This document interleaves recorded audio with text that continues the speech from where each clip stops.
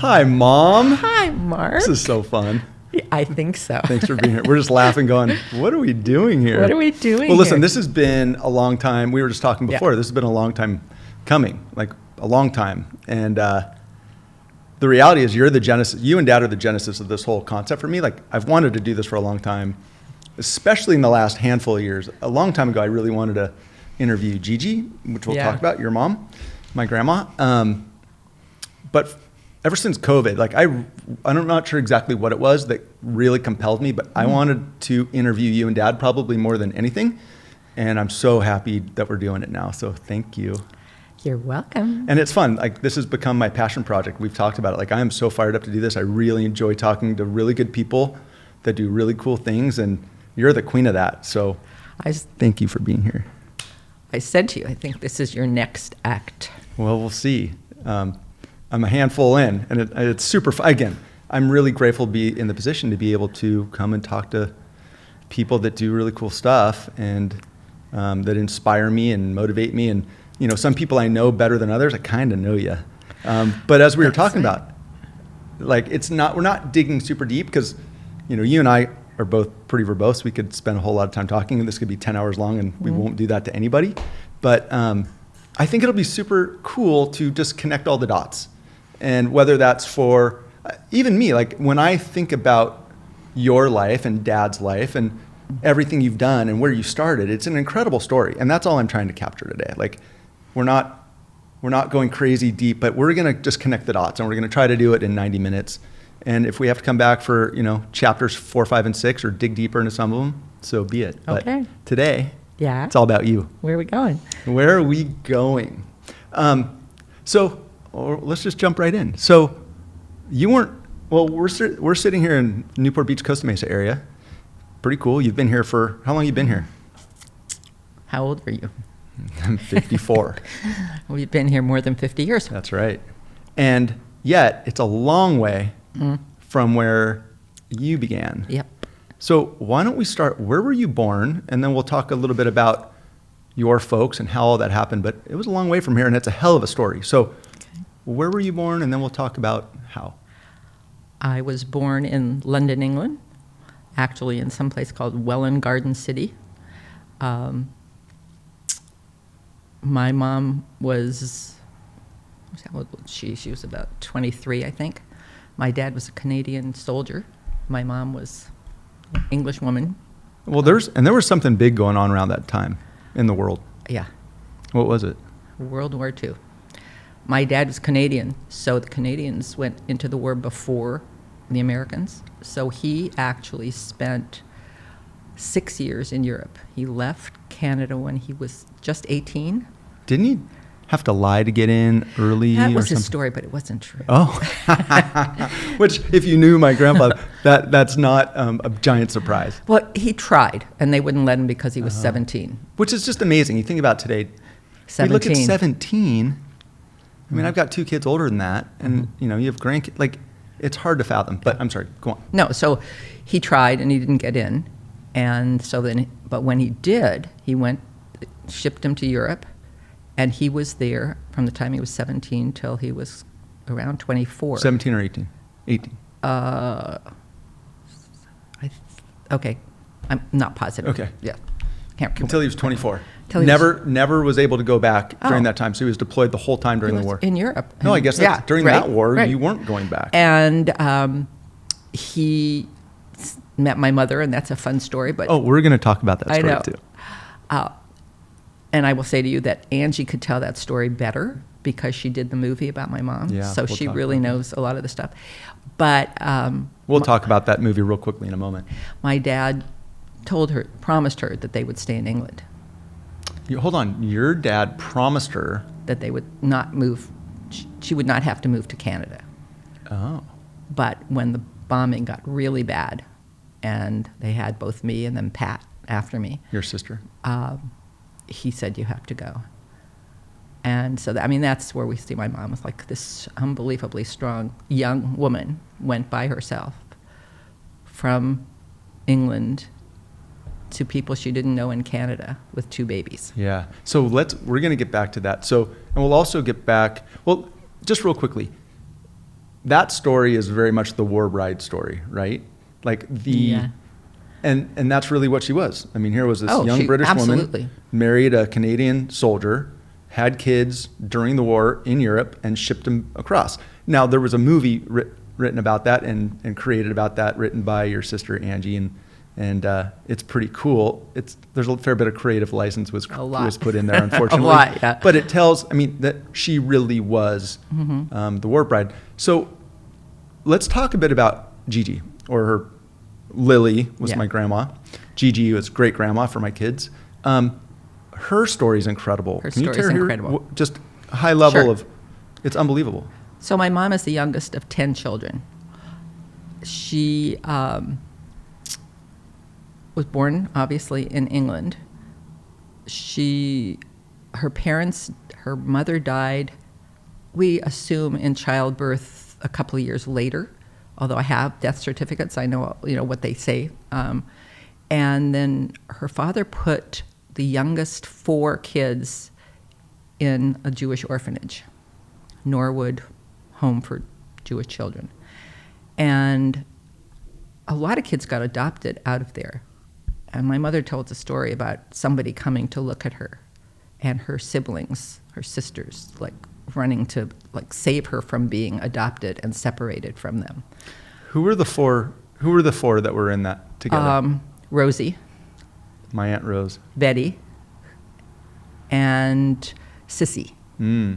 So of them, Excuse me. And there Yeah. was the youngest brother, but he didn't actually stay in the orphanage, but he went to school in the orphanage. got it. And these are people that I grew up either knowing, seeing periodically, but there have always been stories about those 4. Yeah. Okay, A so lot of youngest of stories. 10. How old was she when she was put in the? Really young. She was a baby, because there was something called the Gabriel Children's Home, or Home for Babies, that was part of that orphanage, and she went in there first. So, yeah. So she grew up there because she was there until she Oh. moved out with her sisters, right? So I think most kids, they left there when they were, I think they were supposed to be 14, and they kept her an extra year. Don't exactly So know her why. whole childhood, Was there. from the time that she was an infant until she moved out. I don't know if I ever put that together. And Aunt Betty always said that she was happy to be there, that they had a much better life and a much better education than they ever would have with their very poor parents, and living the kind of life that they would have led. These kids, I don't know if you remember that my mom loved Gilbert and Sullivan. Well, she learned things like that, cultural, in the orphanage. And so she had a lot of love for that, but they had reasonably good educations that they think they would not have had otherwise. Got it. Tell the story of when she left, because she left and went to move in with her sisters or something along that line. Yeah, well, so the orphanage was supposed to get them places to live, and I think they had to do like housework or domestic work to pay their way. I'm assuming that's how it worked, but Like little Orphan Annie. so she was placed in somebody's home, and kind of the stories you hear. The man of the house was trying to get very too close to her, and my Spitfire of a little mother said, "You do that once again, I'm going to tell your wife." So that's Gigi. Yeah, Gigi. Yeah, Gigi. So Now, ultimately, Gigi was also 4'11", at best. At best, right? That's why I thought I was tall. You are. But I didn't know her. So her siblings. So the one I spent the most time of them was Aunt Rose. Yeah. Another Spitfire. Were they Yeah. all that way? Was Betty, Yes, Sissy? Yes, Sissy had some emotional issues and stuff. Got it. But Betty was a Spitfire. Betty was too. Now, did you ever meet the other 6? I met, or any of them? Dad and I were in England, and we met, how many of the brothers I think we met 2 of the brothers, Louis and Sid. Grandma used to talk about how good looking a bunch of them were. Yeah, well, nobody was taller than 5'6", by the way. I'm glad I got genes from somewhere else. Not by much, however. Yeah. Yes, Jack, the eldest, actually we knew the best because he lived most of the time in Florida, but he would come often to Ohio to visit, and we would see him there. Dark hair, yeah, kind of short, but very outgoing. Got He it. loved nothing better than the races. Oh. He spent his life on Well, that's interesting the races. because Gigi loved to go to Vegas and pay what, the penny slots or whatever. And Rose. And Rose, yeah. So, all right. And Aunt Sylvia, who you didn't know, but who was the oldest sister and the first one to come to Toledo. She too, she loved going to the horse Got it. races. Got But you know, in England they were bookies. Yeah. That's what they did. Hey, during the war, you would do anything to get through. So how did they meet? This is a cool story. How did Grandma and Grandpa meet in London during the war? They met in a dance hall. Yeah, and I think that scene in the movie, it's probably pretty close, you know. Yeah. Saw each other across a crowded room, et cetera, et cetera. Now, ironically, when I was my first time to London, I was there for a business meeting, and I would run all over the city. And I found out where it was, and I ran to where it was, and it had been torn down. Oh. But I was able to go to the spot and think back 80 years before when they met Yeah. at a dance club Yeah. in London during the war. Like, really just super cool. Yeah. And then Grandpa Charles, his mother My grandma, Sarah. lived there, or was born there. She was born there. In Yeah. what district was that? Because I went there too. Brick Lane. Brick Lane. So Brick Lane now is totally gentrified and been changed Right. into a very not African. It is. I'm trying to remember what now, like Bangladeshi or something. But I ran there too and just went and got lost. But She went to the school in I Brick saw, Lane. I saw the school in Brick Lane. Yeah. And so I love history, not study of it, but I love to go to places where I can touch something tangible and go, God, think of the people that have walked here 500 years ago. Yeah. And I always say, like in Europe, touch a building and that building's been there. That building's likely older than our country. Yeah. And so I really appreciated being able to go and see where, again, I couldn't find the house or the apartment, but I got to go and just kind of, close my eyes and think back what it would have been like for her 100 plus years ago. Yeah, she left, her family left there when she was very young. And years later, they were trying to get the Canadian equivalent of Social Security for her, and they found no proof of, no birth certificate. But I found, when I was doing genealogy, I found her school leaving.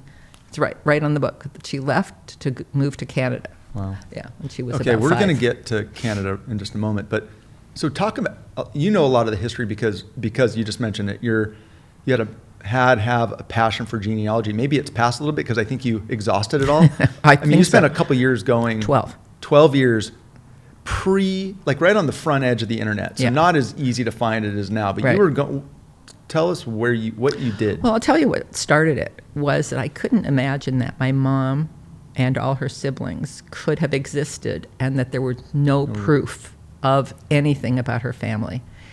And I actually did make contact with people, the archivist at the Norwood Home for Kids.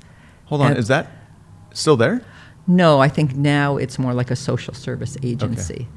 And their records, all they had, it was an index card that with the date on it that said I think it was her aunt brought her to to the orphanage. That's all it said. I thought I would find this whole thing about her parents. Nothing. That's all it said. So if I recall, you've been able to find a lot more about Dad's family tree. True. Than your own. Yeah. Yeah, because I couldn't get back before that at all. Got it. How far back were you able to go with Grandma or your family on that side, and then maybe just curiosity, how far back with Dad's? We were, I think I have death certificates for both my mom's parents, and when I was in England once, we visited cousins, and they took me to the cemetery where my grandmother, my mother's mom, was buried. But I felt like nobody probably had gone to that to Great, that yeah. site in, Long time. gazillion years. Yeah. Yeah. So I could guess, because in genealogy they say guess 25 years a generation. So I could guess. And there's a story through Jack, her oldest brother, that because they had come from Russia, and I have the town name, and that that at some point my mother's father went back to fight in something or other. Something. Huh. And he told that story. We found a cousin who lives in St. Louis, Cheryl Verdi, who is the granddaughter of Jack, my mother's oldest brother. And she was the one who had the most contact with him as he aged and when he died. And so she had pictures and she had his stories. Interesting. And that's what he said. But my mother would not have known that because she didn't really know her father ever. So that just comes down through him. But that, and I have the town and. Interesting. Yeah. What about, can you remember how far back you were able to go with Dad's family? So far back, because we found a handwritten family tree at a German Jewish genealogy library in New York. Wow. When I read about them in a book that they had it. Oma's maiden name was Apt, A-P-T, and I looked for it, and they said, yes, it said they had it there, and we went in, and they went in the back room, and they brought it out Holy to moly. us. And it was still paper. It was the paper. Yeah. That's incredible. Yeah. So we have all that. So, and just for clarity, Oma was Gerda, my dad's mother, and she was a first generation immigrant directly from Germany back in the mid 30s or early 30s, if I recall late correctly. 30s. Late 30s? Mm-hmm. Okay. Just in time. Yeah, they got out with what they could. Yeah. And we still have their china and some of their silver, like And we flatware, right? We have the diamond that she smuggled out of there because they couldn't take money.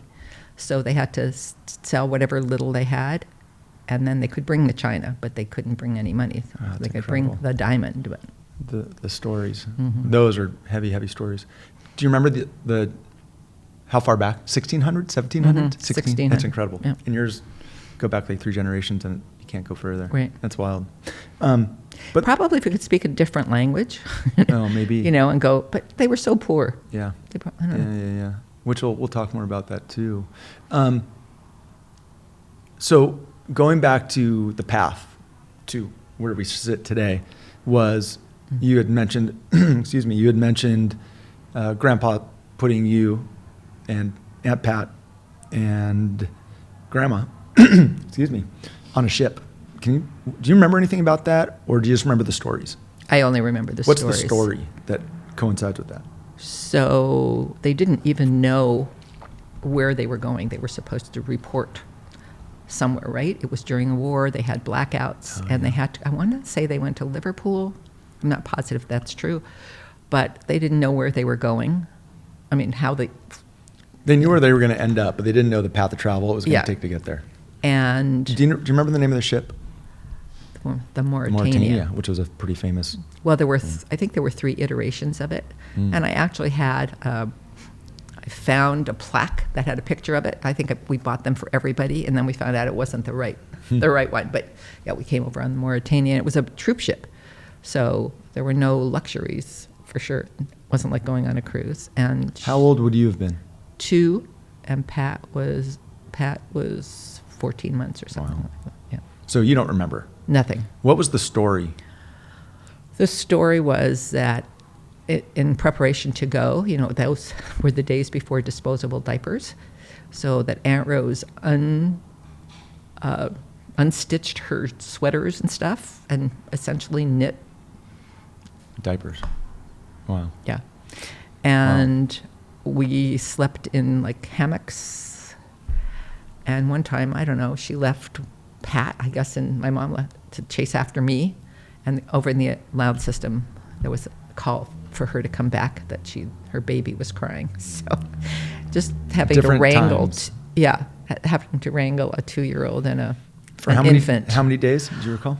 I think it was something like 10 or 11 days. That's wild. And the ship ended up in Halifax, which is, I've always wanted to go to Halifax because there is a immigrant museum there. And I'm sure there's some record of something. But before we got there, there's a place near, I don't know quite how far away, called Moncton. And the story is that one of my dad's uncles was a traveling salesman, and he was in Moncton. And he heard that the ship was landing, and we were going to then go by train from the ship to Montreal. And he went and checked on us to report back to the family in Montreal that he'd seen us, and what he said was, bring them warm clothes. Oh. They're coming from England. They don't, and my mother said she had espadrilles and like a light coat, and it was Montreal in the winter. Wow. So the story she tells, and Angie used it in the movie really beautifully, was that when they got to the train station in Montreal,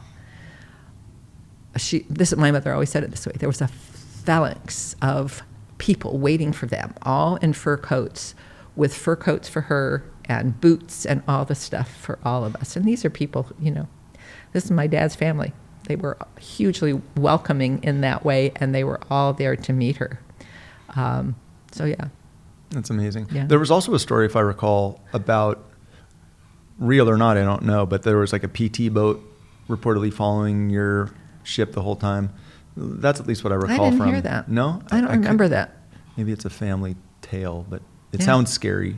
Yeah. Okay. I mean, it was wartime, so, right. For whatever reason, I've always associated that story to your crossing. I don't know if that was Gigi that told me, Yeah. but that's one that's always, that's really the one that sticks out. So we'll have to do a little diligence on Yeah. that one. Okay, so you get there. Now you're in Canada. Right. In winter with a family that, no, so at this time you were 2. That means grandma would have been 25.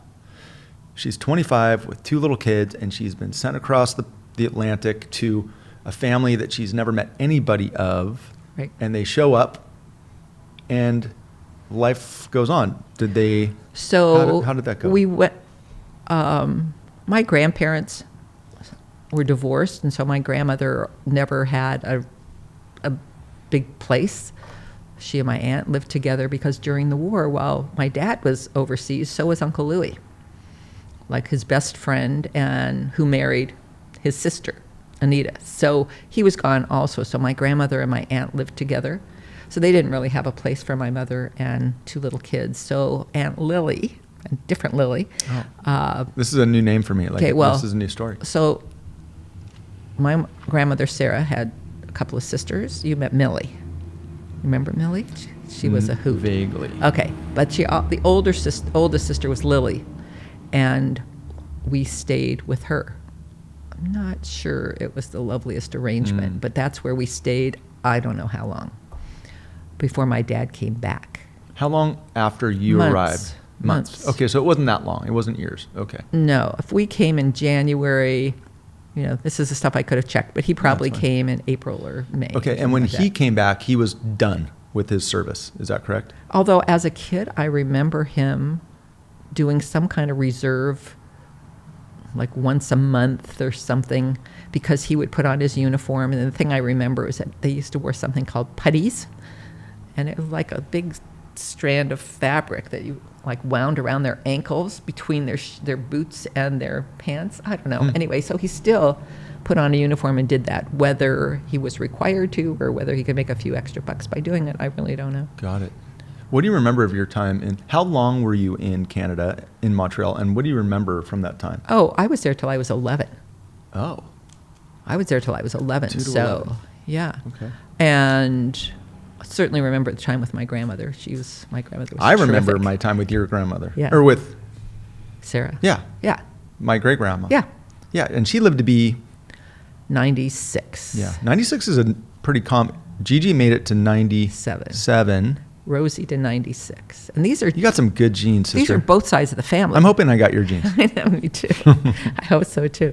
These are both sides of the family, not just, right? It's my dad's side, Yeah, true. right? Yeah. And so Montreal, yeah, my dad came back, and I was looking at that book. He went to work. He got a job when he came back, and then he didn't start out in the jewelry diamond industry, but he got there. So before we left Montreal, he was working for a diamond wholesaler. Got it. What do you remember? Because you had mentioned that Gigi, grandma, had wanted to stay, had been promised she was going to stay, but it's the war. Maybe I'm jumping the shark a little bit, but how did she react to or assimilate to Canadian life? I'm guessing it's pretty different than London. But I don't know what her life was like in London because much of it was, you know what, shoot, can I go back? Before you left and before she met Grandpa and got married, there was a time that she was living with her sisters and working. Can you talk about that time? Well, what I know is she took a class and became like a stenographer. So then For those of us like a secretary. who have iPhones, and she was secretary. Like a secretary. But somewhere along there, right, she was very sharp and with numbers. But I'm pretty sure that she did stenography. She took shorthand. That's what she did. You'd have to explain that one too. But she took shorthand so she could work in an office. And she lived with, so then Betty got married. So Rosie and Lily lived together. And my mom tells stories of my mom being downstairs talking to somebody on the street. And Aunt Rose, you can just picture her going, "Get upstairs. What are you doing down here?" So she didn't have a mother to tell her what to do, but she had Rosie to tell her what to do. Well, it's so funny because how tall was Rosie? Not much taller than my mother, I don't think. So to picture Aunt Rose, she had jet black, giant hair till the day she passed. I have a funny story. Oh, tell it. Flash forward to Costa Mesa. Yeah. Many They years all moved. later. A lot of us came out. Yeah. Came a long way. I call my aunt and I said, I'm going to come by or something. And she was like, she adored me. So, no, she didn't think I should come. And I'm like, for whatever reason, I had a reason to go. I'm like, no, it's okay. I'm going to come. Why didn't she want me to come? Because she was dyeing her own hair.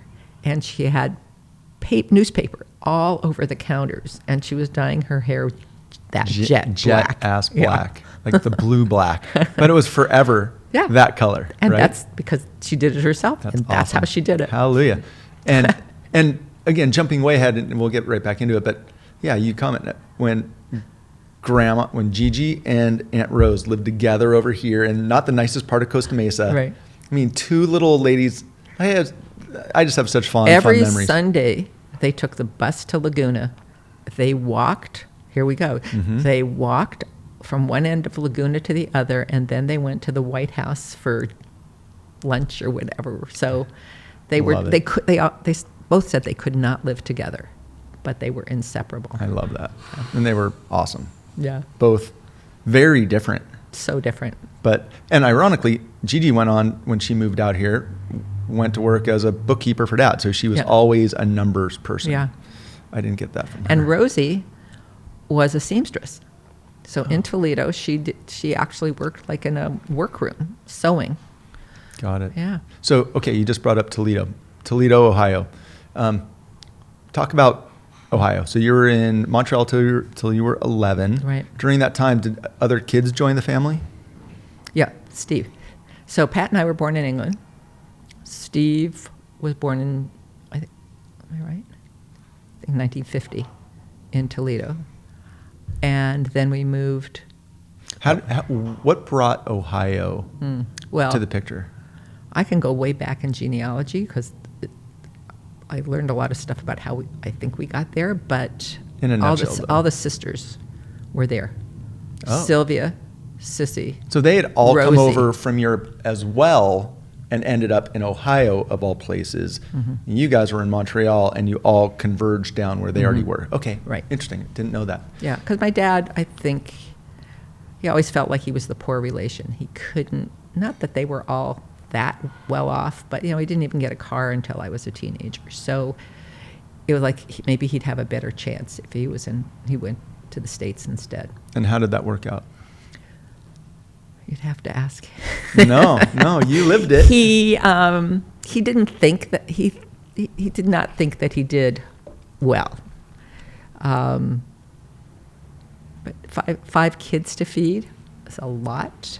And, So yeah. Yeah. So talk real quickly. So you talked about you and Pat being born in London, Steve being born in Montreal, and then who else?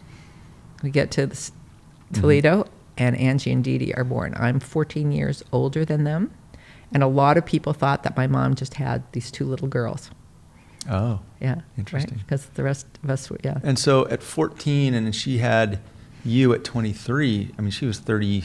Late 30s, yeah. Late 30s. I had 0 kids by the time I was in my late 30s. So my mom was this little person, and she gained about 70 pounds when she was pregnant with That's the incredible. twins, and she was wearing, I don't know, my dad's slippers and my grandmother's stuff, because but it was very exciting having the twins. Yeah. We would put them on a table like this, and we would sit around in the dining room and watch them because Yeah. it was so fascinating. Well, and yeah. jump ahead, and we'll go back. But I mean, I remember because when you had me, they weren't that old, so they were my aunts, but they were sub 20 or somewhere around there when I was born. So I mean, I've grown up with your siblings, my For whole sure. life, which Yeah. has been super fun. Okay, so anything memorable about Ohio, or is the most memorable thing graduating college and getting out of there? No, I think it was a really good experience. okay. Yeah, because I was sort of president of everything and No, talk doing about all that stuff. Yeah. Tell us more. So tell us about your high school experience. So I went to a high school that Scott High School, kind of the old part of Toledo, a very diverse high school. Even back then. Yeah, and we lived. You could take the bus to school, which like a regular city bus, so it didn't need to be driven. And socioeconomically, you guys were near the middle, low, maybe middle. Yeah. In my head, it was always on the low end, but I don't know if that's true. I think that's true. Low middle, I would say. If the other kids were going to what they would call cotillion today, dance class, no, we couldn't afford that. If I was dating somebody and he was around, my dad would say, my mom would say, he can't come around so much because we can't afford to feed any more food. Hold on, you dated somebody before Dad? Did I know that? I'm just kidding. So yeah, that's feeding 5 hold on, kids. does Dad know that? No. Maybe he dated somebody, I don't know. What? You guys are changing my whole narrative. Okay, but you said you were the president of lots of stuff. I mean, I know some stories of what you did during high school as far as football. So tell us some of the things football. that you... Nobody would believe that. Tell it. So I was a halftime announcer at high school football games. So hold on, this talking thing is... Oh, yeah. I know where I get it from now. Okay. Yeah, and I was school newspaper, you name it. I just did a lot. And why? I mean, what was your motivation for that? Do you recall? I don't think there was any conscious motivation. If it was I was interested in a lot of things, and I had really good friends and we just did all this stuff. I played volleyball at the JCC. I think I was junior high then. I don't know if I knew that. See, this is why we're here. These are all the fun things. I'm like, yeah, but see, that's what I'm telling you. I'm telling you what I remember, but I'm sure there's plenty I'm not remembering. But yeah, it was a really, really good high school experience. Though I've said to my brother Steve, who we haven't talked about at all, but I said to Steve, we love Steve. We love Steve. I said to him, we should have both gotten full rides to college. Nobody there was no counselor that said to you, you should go to a good college. And the story about my mom with me was that she wanted me to go in the Army because then my education would be paid for. So huge thanks to my dad, who was like, no way. She's going to go to college. Not that they could help, but he wasn't going to have me sent off to the Army. Oh Thank my God. you for that decision, Grandpa. Yeah, no kidding. We like that. So I went to the University of Toledo, which right But there. hold on. So first, but you really enjoyed your high school experience. Yeah. And you were super active in Yeah. all this stuff. Okay. So I don't know if I ever picked up on that I don't know if I ever picked up on Ohio as being a great experience for you, but I'm glad to hear otherwise. Yeah, I think probably because we probably more focus on, what we didn't have, but Yeah. When did you learn to ride a bike? never. How come? Because my mother says it's because she was afraid. She was afraid. And we couldn't afford one anyway. Yeah. When did you learn to drive? When I came out here and I already had a teaching job. Yeah. Okay. Yeah. We'll see, but that's just setting the stage. Like, I just want some clarity on what it was. You had a great high school experience in spite of the fact that money wasn't super available. No, right. Right. But I would say, a lot of my friends probably were similar. It wasn't like everybody, though, I'm trying to think, though most of them did go away to college. Gotcha. So you were just talking about college. So tell us about college. So I was in Toledo, and so I went to the University of Toledo for a year. Then my parents moved to a small town called Findlay, Ohio. Why? Why'd they move? Because my dad managed jewelry stores, and so he managed a store in Findlay, and then in Fostoria. I mean, we're getting to the really small towns. Actually, maybe it was That's just all right. Fostoria. Okay. But so then I went to Bowling Green State University. Big school. It is, but I was a commuter student, Mm. and I didn't have a car. So Hard to commute or to go to be a Yeah. commuter student when you don't have a way to commute. Right, and it was a different town. So How did you do it?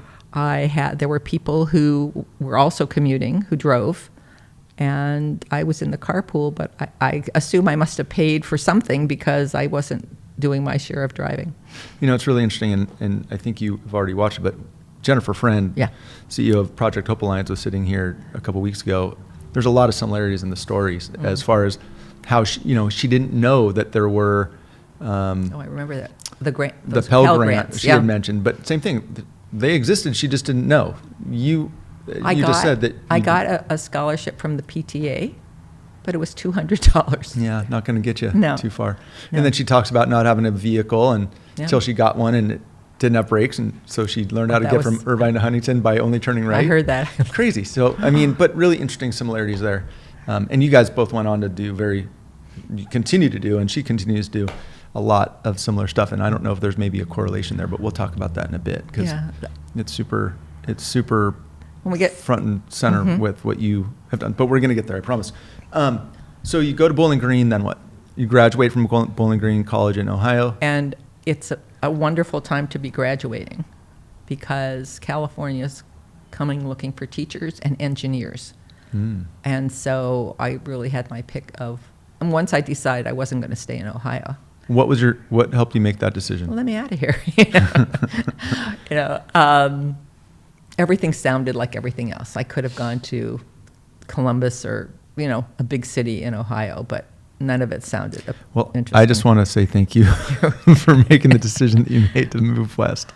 And I mean, that's, in retrospect, right, it's really gutsy, but it didn't feel, Yeah. So yeah. how did you decide? You said that there was a lot of demand, but you could have probably gone a lot of places. Yes. How did you end up picking, and where did you pick? I came to Long Beach. I got recruited by, where's the Kaiser Steel in That I'm not sure. Inland. And they made it sound really good. I'm like, I don't think I want to go there. And Long Beach looked pretty good. And then I had a friend, she didn't go in Toledo, and she got a teaching job in Toledo, in Long Beach also. Oh, got it. So we didn't come out together again. Somebody was driving out, a woman was driving out and put an ad in the newspaper, and she drove, and I came with her in her car across the country. That's amazing. What did your folks and your family think about you leaving? Do you remember? Was it a big deal, you think? I honestly don't remember. Gotcha. I Got don't it. remember. Well, I think it was pretty impactful because ultimately they all came out here. They just for the most part, followed except for me Grandpa. out, Everybody right. else did. No, my dad. My For a dad little came out while. for a little while. A little right? while. That didn't go as No. well. But everybody else, Yeah. and everybody else is still here. Yeah. So let's talk about Long Beach. You're a teacher, recruited. You drive out here and you show up, and what happens? How do you? Well, Marcia, my roommate, came ahead of time and got an apartment, and we were in I think we were in Paramount, or like Paramount, because your dad was in North Long Beach, and again, I didn't have a car, and I had to get to school. It took me 4 hours on a bus. So I was. Is that right, for real? Yeah, maybe it was 2 hours each, whatever. Each way. So I was highly motivated. What school? Millikan High School. Millikan High School. Mm-hmm. How long did you end up teaching there for? 5 years. 5 years. And so talk more about, you've been in Ohio, in college, commuter, you're now out here, still not in a great financial position, but you're here. Yeah. And you're teaching, and you're living with a couple girlfriends One. or people? Yeah, one. one. With Marcia? Yeah. What was life like living on your own in California, teaching high school? Well, I had student taught in Ohio, so Oh. I had that experience, and I always liked, I was teaching kids who were barely younger than me. I was 21, and they You were were high school 21. juniors. You Yeah, graduated college at 21? Uh-huh. You're such an overachiever. yeah. So the kids were 5 years younger than me. That's pretty wild. Yeah. How was that? How were you received? Well, Yeah? yeah. 'Cause you were cool, because I 'cause you were liked young. it. Yeah. You did. Although And know, And what did you teach? I taught junior English, and then I don't know if it was the first year, but then I was teaching first year French. How's your French today? I can understand it if you talk slowly. I can read it. Can you order a good croissant when you're in Paris? Well, yes, I can. But yeah, because I didn't keep up with it. Gotcha. You Sure. have to keep up with it. But I liked it, and who were our friends were other people who we taught with. So and Friday nights we would all go out together, and yeah, we had a good time. And then the building that I lived in, you have to think, coming from Ohio, now you're in an apartment with a pool in the middle, and it was great. Yeah, because you're in pretty suburban, rural, suburb perhaps, Ohio. Yeah. Where it's cold. It's cold. You don't like the cold much, huh? I don't. And neither did Gigi. She was very happy to get Everybody's away ready. from it. Got Yeah. it. Yeah. So you're 20 when you come out, you're teaching, you taught for 5 years. What were you doing for fun? What else were you doing other than teaching for those 5 years when you're first out here? It's a pretty fun age, but I don't know what that was like. Yeah. Again, we'd go to the Never on Friday club, or when I drive by that corner of 2nd Street in Long Beach, and Belmont? the Coast Highway. Yeah. There was a hotel there, and they had dances on Friday nights, and I would go with my teaching friends, and yeah. Was teaching a better career, would you say, then than today? Gosh, I don't have a frame of reference for today. I would think it'd be very, very challenging. It's totally not related to your path, but it's just an interesting dialogue. Yes, right? Did you enjoy being a teacher? I did. So why'd you quit? Here you are. My fault. Your fault. It's my fault. It's your fault. So during that time, you meet Dad. I met your dad early on, actually. So Let's talk about that and talk about Dad. yeah, Hold on. How long have you guys been married? 54. No, more than that. I'm 54. Oh, you're 54. 57? 57. It's fantastic. Thank you and congratulations. It's amazing. Amazing. Amazing. Shocking, I actually. know. It's shocking. I won't ask you why it's shocking. But let's talk about, that's where we're going now. We're going to talk about you and Dad and where that went and how and all that stuff. So let's jump through dating other people. You meet Dad. Yep. Tell us about meeting Dad and dating Dad and what that was like.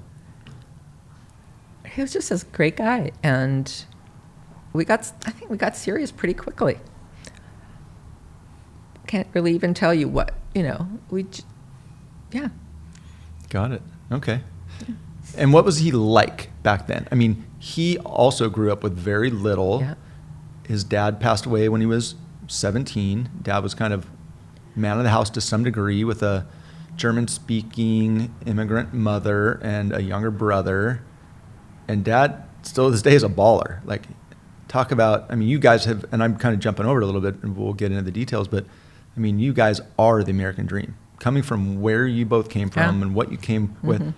Like, this is the way I always kind of frame it. And I use your guys' story all the time, but, you know, I would say that I was born into a family, you guys, where we were, using a baseball analogy, rounding second. We've hit the ball, we're moving. We're not on third base, but we're definitely moving past second by the time I was old enough to remember. Maybe not when I was born, but definitely moving. And I would say that you guys were pretty much dropped on home plate with a bat and batter up. Let's see what we can do. Like, the amount of credit I give you guys and what you've done is unbelievable. So, Thank you. no, thank you, thank you. But you know, we're different, certainly. But he was super confident, which was impressive for me. You know, for me, he just thought he could do whatever he aspired to do, and he felt like he needed to prove something to somebody. And you know, he worked, And he has. In spades. Yeah. And, you know, I mean, he had a feisty mom who was not going to let anything get in her way. And he worked hard, but then, he kind of, you know, I think he enjoyed what he was doing.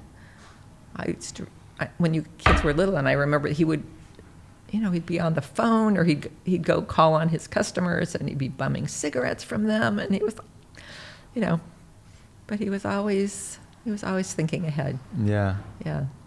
Well, and really that was worked. all new for me.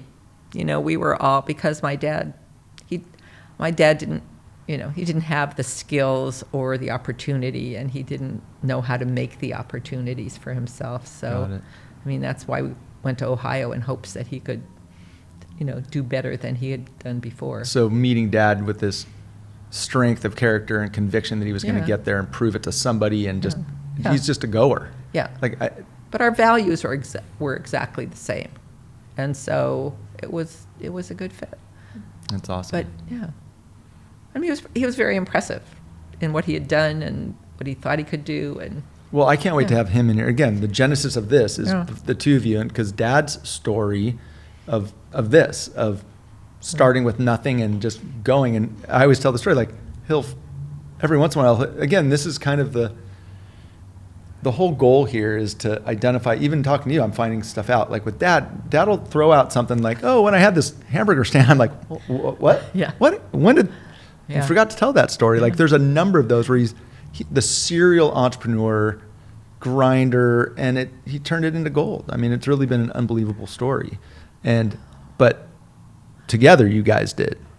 And so, okay, so you guys are starting to have some success. You're teaching. Dad's at the time that I was born and you guys got married. he was a rep. He was a carpet salesman, a rep. Yeah. And I've told the story a million times. You were living in Long Beach, but his best account was in Corona Del Mar. And he always tells me, this is the story I've told 1,000 times, is that he always said that the better that his store did, the more he helped them, the more time he spent there, the better he did, because they would sell more of his goods.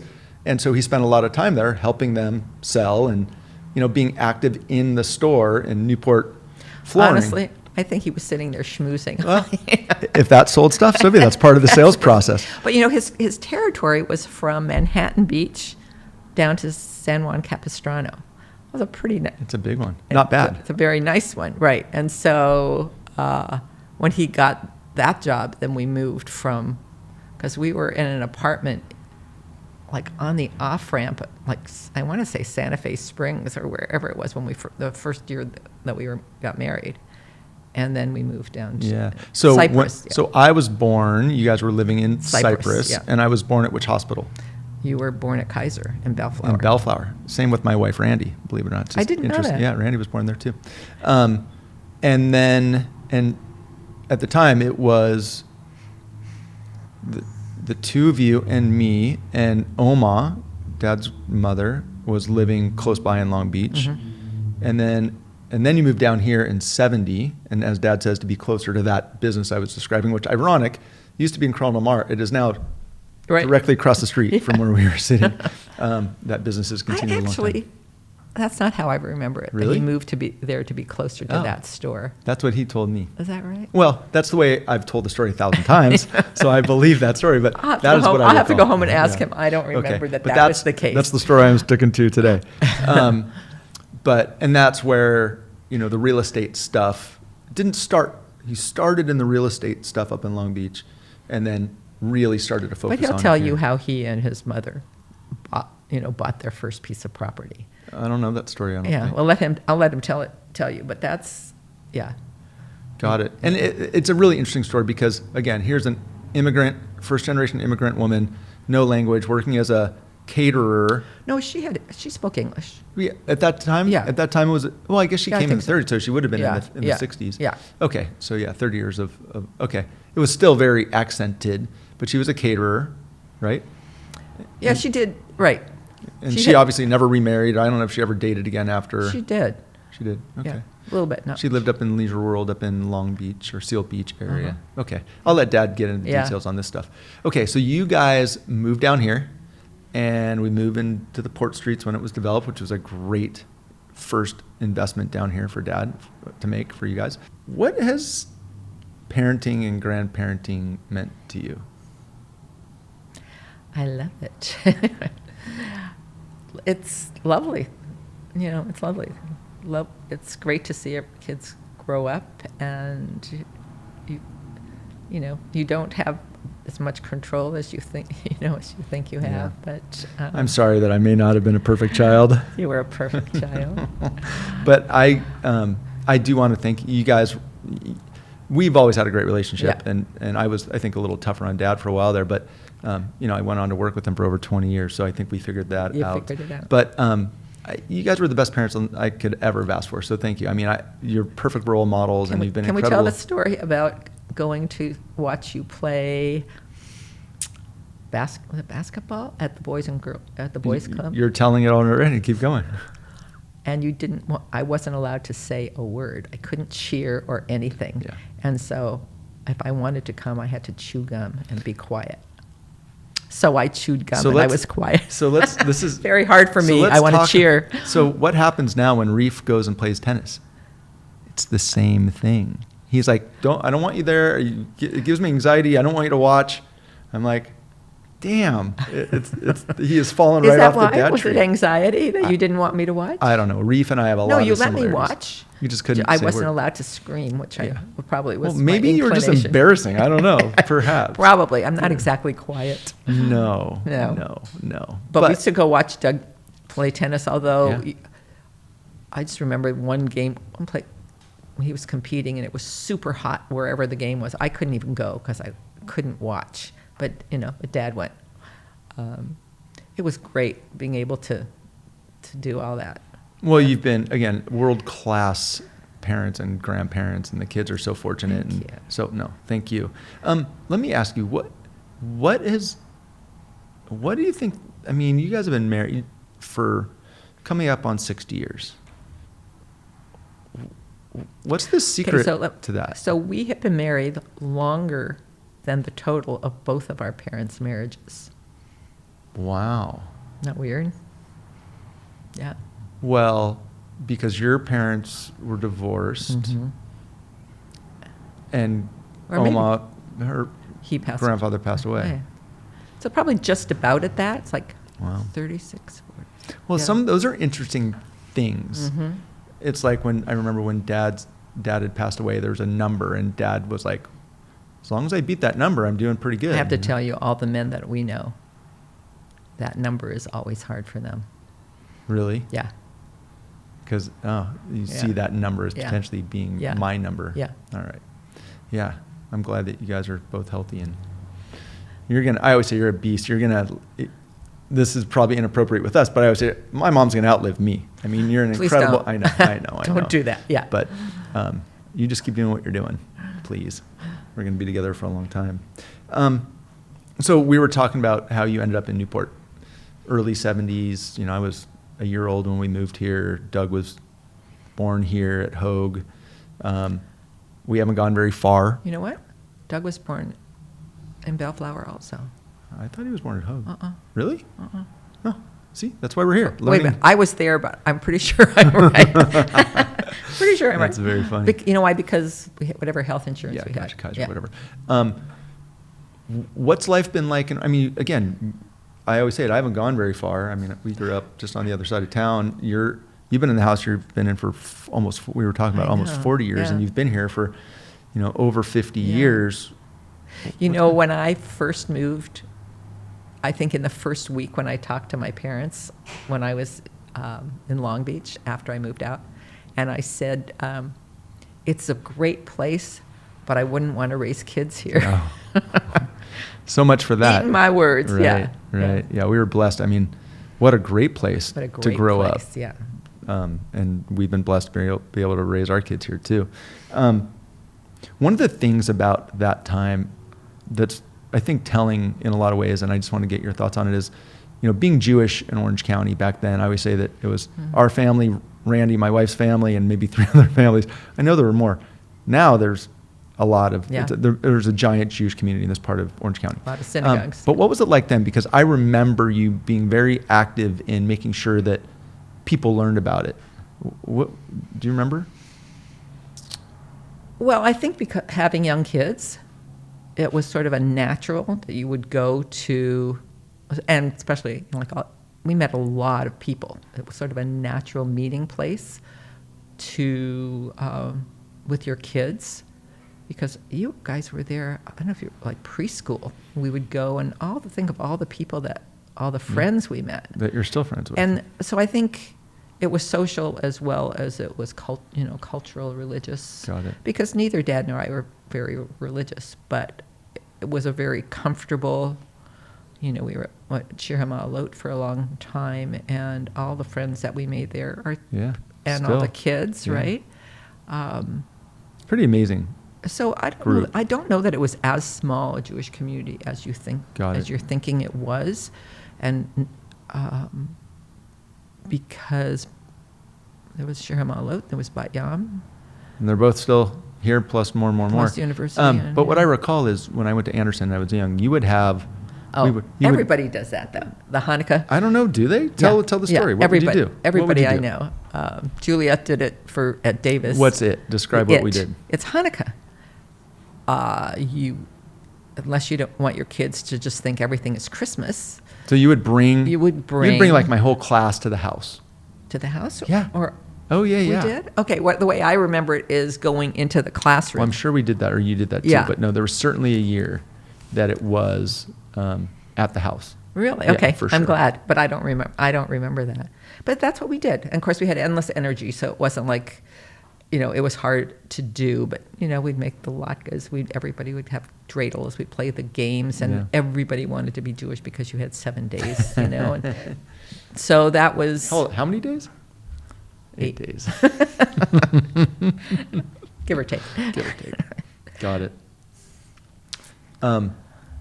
Yeah, and the community has definitely grown since then.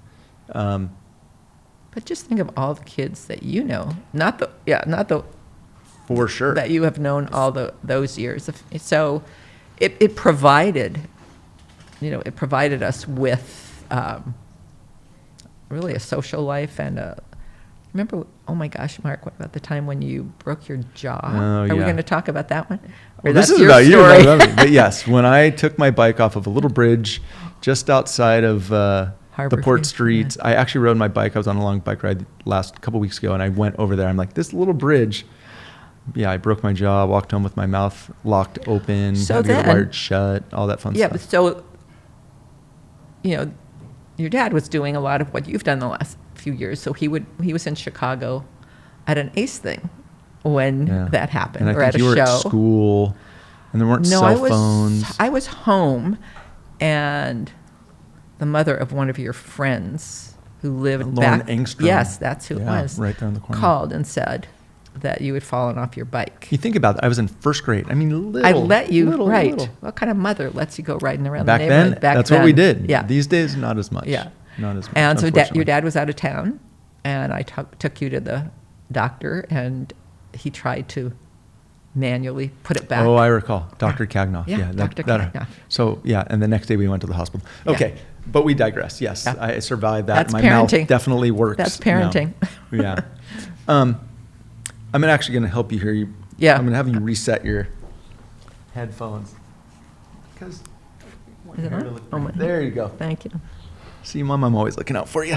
I know you told me not to turn around to check You it. can do whatever you want. So that's going to bring us back to, you've always been active in the community, you and Dad. Dad always took on leadership roles. You were always very engaged in all kinds of different community, I was going to say activist, but I wouldn't say activist, but very involved to some degree, yes. Yeah. But why don't you talk about, that was growing up, that was always, I think there's a reason I'm very involved in a lot of things. I definitely got it from you by osmosis. And I really appreciate you guys leading that charge for us. But why don't you talk about what you did from a community standpoint? Because you did a lot, and it was Yeah. super impressive. Well, Still I did today. a lot of I did different things. I mean, I was on the board of the Newport Mesa Schools Foundation. I was president of the Schools Foundation while you were in school. Probably the one that, I mean, obviously the one that was the longest lasting, and the one that I was most involved with was what was then called the Orange Coast Interfaith Shelter, the shelter for homeless families, again, a few blocks away from here. And probably did that for 25 years. Did a lot of fundraising, started an auxiliary there. Girls Inc. was on the board there. Lots of Yeah, stuff. a And lot. thank you for that. And again, related to when Jennifer was here, and I know you and Jennifer met recently, and very parallel focus. Because I forgot to go to law school, though. Well, clearly you didn't need to do the good that you've done in that world. So it's been really, again, I think it's been foundational for me and Doug and Mike to grow up watching that and being a part of it. Yeah, we were fortunate because we could afford for me to just be able to do whatever interested me and whatever worked around having 3 kids. Yeah. And, but that's what ended up where all having loads of friends who did the same. And I was just going to backtrack. You said like parallels with how you got there. I remember when we were working on Focus, Friends of the Orange Coast Interfaith Shelter, and I would be talking and trying to raise money. And I remember there's one woman who is very philanthropic in the community who I really respect a lot. And she said, when I was a kid, I had to wear orthopedic shoes. I will always give you money for shoes for kids. And I think that's a kind of motivator. We kind of knew what it was to be poor, not so poor that you didn't have shoes or food, but to just, maybe it just makes you more empathetic. I don't know. But, yeah. Well, and what I see from my experience is that there are definitely people that have that view of the world, but not everybody takes a super active approach to being proactively involved in all of those things and leadership. I mean, that was the one thing I think that I recognized the most. And I remember having a conversation with Dad years ago, and I'm like, Dad, why are you running this, whatever it was? And he's like, because nobody else was stepping up or nobody else was doing a good enough job. And so he just made it. So I did. And I appreciate, I recognize and I appreciate that feeling of like, somebody's got to do it. Let's go. I don't love being a follower sitting there. I want to, because I'm sitting there and I'm thinking, that's not how, let's do it this way. I want to do it this way. I know how to do this. And so, yeah. Well, and you did. I mean, you're a world-class public speaker. You haven't done it as much lately, but No. for a long Yeah, time, did a lot of you're such a good, and I mean, you got Woman of the Year at some point and something. I mean, there's a lot of Seroptimus. accolades for what you've done, and yeah, thanks for leading by a great example. Both of you and Dad. I mean, He's not the speaker. he's not, but he's definitely he's a lot of impetus, and he's a lot of, again, he's a very good executive. He's a great thinker. He's a great, His brain is just. yeah, it's a scary, good place. Today, he came up with something like, well, maybe your leg's not working, but your head is working just great. He's as sharp as a Yeah. tack, for sure.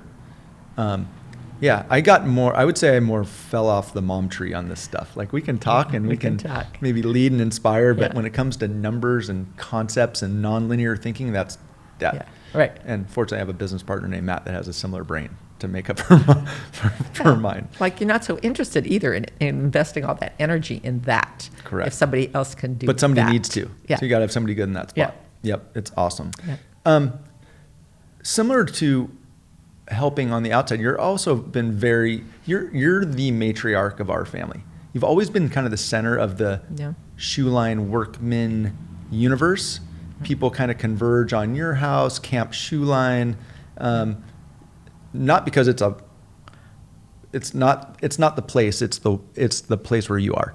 And you've always been the host, and always been the organizer and the planner and the conduit. Where's that come from? Does that come from the same place as you just say, kind of that I'm a doer, I'm not a sit arounder, I'm more of a leader? Well, partly because I was the oldest daughter. So the expectation is that you're going to do. It's funny because today on. Hold on. So it would have been on me, but now it's on Mike.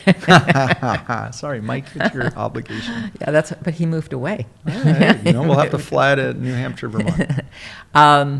So that's part of it, I think, and it just does. Yeah, it just feels that way. Well, I'm like the oldest sister, and everybody just comes. Yeah, but you're good over at it. You're really good. No, things don't work that way. Yeah.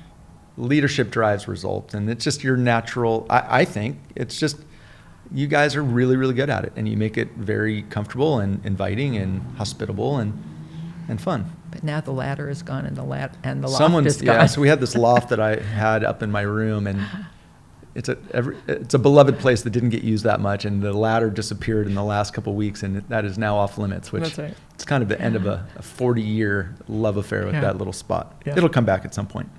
Mom, I think we hear, but haven't said it in these terms, like, what passions have driven you? Like, what passions do you have? Certainly for my family, and for kids. I mean, give me, I've only got Reef left. He's not a baby anymore, as he keeps telling us all. Yes. So it's very exciting to see all, to do stuff with them. I love to travel. I really love to travel. I love art museums. Can I go to Amsterdam, please, and go through so that's what I really love to do. Is that where you would go now? If I have the magic Yeah. wand, the travel magic wand, Yeah. would you go back to Amsterdam right now? Is that where you would teleport yourself? Sure. Anywhere. Why not? Anywhere. Paris. Where do you want to go? Yeah. Got it. Yes. But, New York always, DC. Yeah, I'd like to A just, suburban girl that loves urban and loves contemporary art, and yeah, that's really cool. Culture. yeah. Culture. Plays, theater. Yeah. Love theater. You are very cultured. Well, we definitely have a lot of, your family is made up of creative folk. Yes. And I hope to have them all in here at some point, but so very creative. I think you've said this too, and like when I was writing, we sort of skipped over that, but I did not do fiction, and I always said I don't have that creativity. I'm more of I like to read fiction, but I only would write. Got it. Okay. Nonfiction. You know what? I never thought of that before. Yeah. That's the correlation. That's I've what you talked said about the here. other I've got day. an Yeah. art degree, and I was born with the God-given talent to do some art, but I don't have a creative. I'm super linear. Yeah. I'm that. It's That. not going to be fiction. It's going to Right. be, yeah. Okay. Thanks, Yeah. Mom. I got that from you. Yeah. Hey, you know what? I'll never be a fine artist, but I can use those skills in your- different ways. Your art skills are beautiful. Yeah. Well, There's a lot of that in the family. There's a lot of too. that in the Yeah. family. Yeah, all your siblings have different creative Yeah, talents, which is for sure. and pretty extensive and expansive creative Yeah. talents. Right. Oh, I can't wait to get them in here. What are you most proud of, if anything? Certainly all of you. You're, really blessed because everybody, you all are doing just amazing things that make us hugely proud. So, absolutely. We have good role models. Okay, but other people have role models. They don't necessarily actually do it. But, and everybody, each of you is unique and Dad and I were like, how did we get 3 such disciplined kids? Because we are not that kind of disciplined. But you guys, with your athletics, the way you eat, the work you do, we're impressed. Don't be fooled. If you look in the mirror enough, you will see a lot of those traits in you too. Okay. For sure. Hold on. That just reminds me of a quote that I use often from you. It's been a while since you've said it, but I say it for you all the time. But I've said, we don't feel like we're getting old. Well, maybe that's not true. But you once told me, you're like, in my head, I'm 21. And then I look in the mirror. And you're like, who's that? How did this happen? And I hear people all the time my age, because we're at that age where we're like, I'm getting old. How's this happen? And my mom always used to say, feel like I'm 21. However, just don't stop, Mama. You keep going. What's your superpower? I might be able to tell you what I think it is, but what do you think it is? I think I'm really good with people. That's what I think. And I think people want to do the things that I suggest or I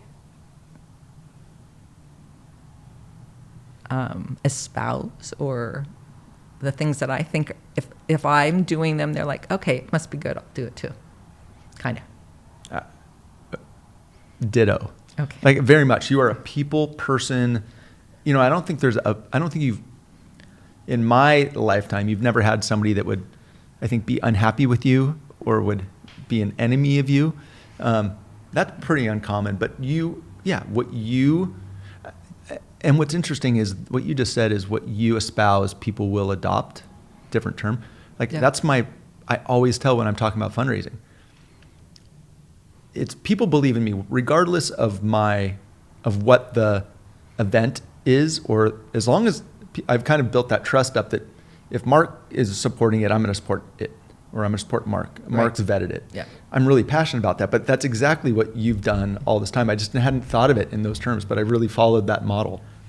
But yeah, you're such a great communicator, publicly, personally, make great cards, Yeah.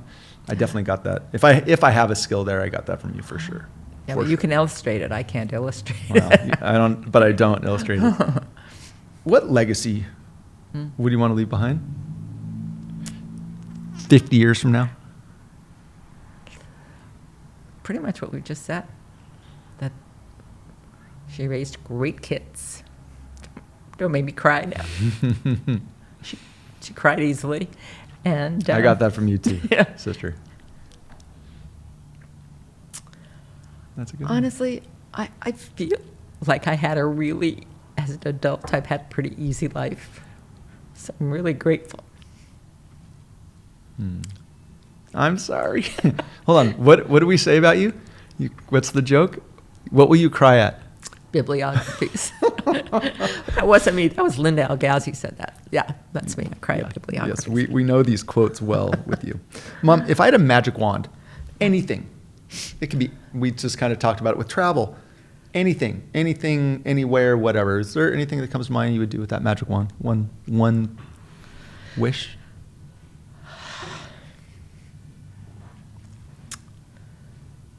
Nothing that I could make happen. Let's say that.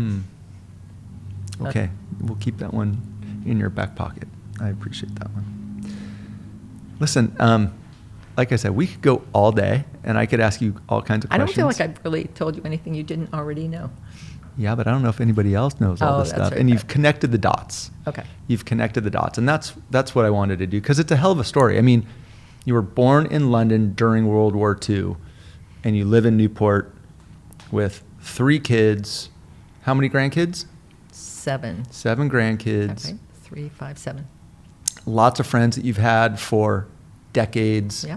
You're still, I mean, and I got to say it, from an athletics, I mean, you're still walking. How far did you guys walk? Was that today you walked? Yesterday, I walked for an hour and a half. Yeah. Yeah. Yeah, like you're a beast, and I love it, and I just aspire to be like you. I want to say you and Dad have created an incredible life for us, have set the bar incredibly high, have made it really fun.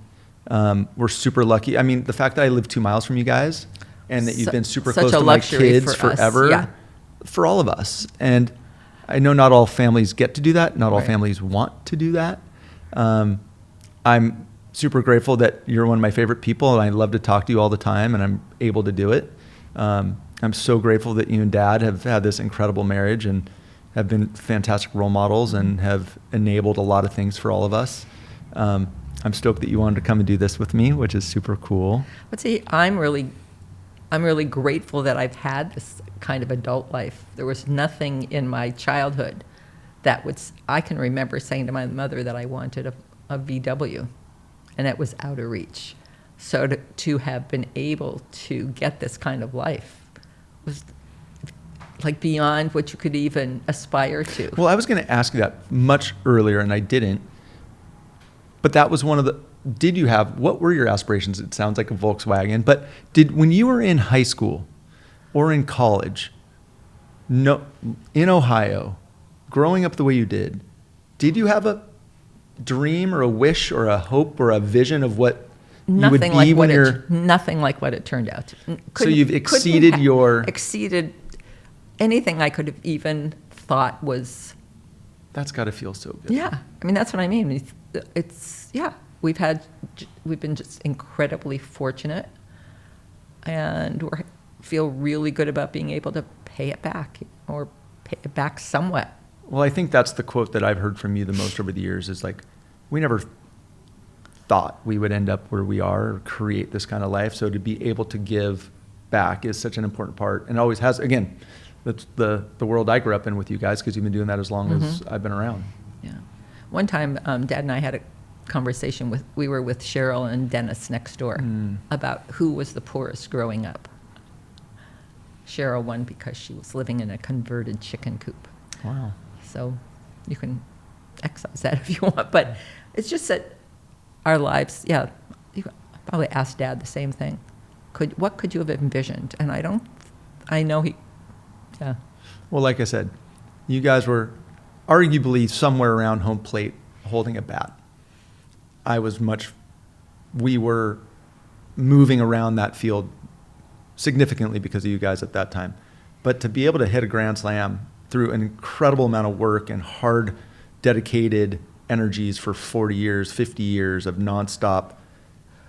But man, it is really, it is the American dream. That's what you guys have created in so many ways. Well, it would have to be more than the economic part of it, which is fabulous, to make it really, meaningful and worthwhile. So for us too, to see all of you doing the awesome, yes, successful career-wise, but also so involved with the community and doing such great things, it's like beyond our beyond our hopes also. So all the stuff that you're doing. Doug just posting with Working Wardrobes. Mike traveled all over 2 the years world in Africa, he said. Doctors Without Borders, dozens of times. Yeah. So, and then also, we have 3 of the best daughters-in-law we could have hoped for. So thank you for that. I think you, well, listen, on that one, I always say it, and Freud would be proud. Like, I married my mom. Randy and you are so much alike. I think that's got to say good things. I hope it doesn't say anything weird, but it's like, I'm super blessed. I've married a woman that's super strong, super smart, hardworking, focused on parenting and doing good things. And man, she follows in your footsteps. It's a great compliment. Yeah. I appreciate that because she's terrific. Mom, my favorite person, my superhero. Thank you so much for being here. It's so fun. And I'm sure we'll be back, but you're rad. Thank you. Thank you. Mwah. You're pretty rad yourself. Love you.